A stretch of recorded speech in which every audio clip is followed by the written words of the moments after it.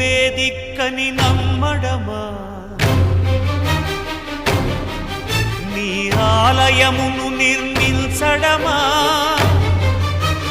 నిరతము నిన్ను భజించడమా రామకోటి రచించడమా సీతారామస్వామి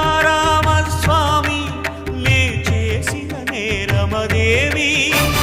నీ దయ చూపవదేమి నీ దర్శనమీయవిదేమి దాశరథి కరుణాపయోనిధి